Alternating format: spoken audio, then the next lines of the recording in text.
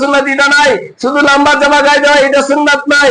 আরে এগুলো তো সুন্নাত আছেই আছে, সাথে সাথে জবানকে হিফাজত করা, জবানকে ঠিক মতো পরিচালনা করা, জবান দিয়ে নাজায়েজ জিনিস না খাওয়া, জবান দিয়ে অবৈধ জিনিস না খাওয়া, জবান দিয়ে অবৈধ কথা না বলা, জবান দিয়ে মিথ্যা কথা না বলা, জবান দিয়ে গুনাহ শিকায়ত না করা, গীবত শিকায়ত না করা, পরনিন্দা না করা, সমালোচনা না করা, এগুলো জবানের সুন্নাহ, এগুলো রাসূলের সুন্নাহ, এগুলো জবানের হক।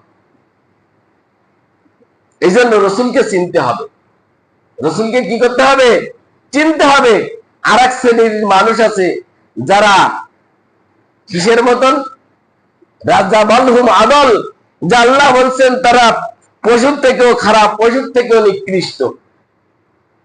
এরা কারা? এমন শ্রেণী আমাদের সমাজে আছে, শুধু সমাজে নাই, সমাজে ছেয়ে গেছে।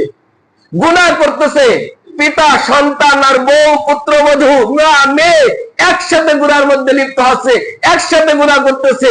যেখানে বসে থাকা পিতা আর পুত্রের জন্য এটা শোভনীয় না, এটা মানা যায় না, এটা বসা যায় না, তাও সেখানে বসে থাকে।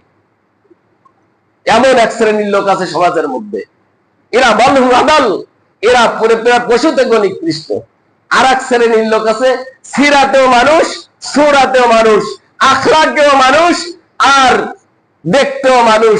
যেমন এক ব্যক্তি রাস্তায় চলছে, উপরে তরকারির বোঝা মাথায়, তরকারির ঝুড়ি মাথায়, কাঁধে গামছা। একজন এসে আসসালামু আলাইকুম। ওয়ালাইকুম আসসালাম। আপনি কে? আমি আজরাইল। আমি আজরাইল। ব্যক্তি বলছে, ভাই আমি তো অনেকদিন তোমার অপেক্ষায় ছিলাম, তুমি কখন চলে আসবে? তো তুমি চলে আসছো, খুব ভালো, তুমি চলে আসছো, আমি তোমার অপেক্ষায় ছিলাম। দেখো আমি প্রত্যেকদিন বাড়ি থেকে ওযু সহকারে বের হই, আর এই কাঁধে দেখছো গামছা, এই যে চুড়িটা নামালাম, এই যে গামছা দিছিলাম, 2 রাকাত নামাজ পড়ার টাইম আমাকে দাও। আমি যখন আল্লাহ তাআলার কুদরতি পায়ে সিজদা করব, তখন আমার জানটা তুমি কবজ করবে।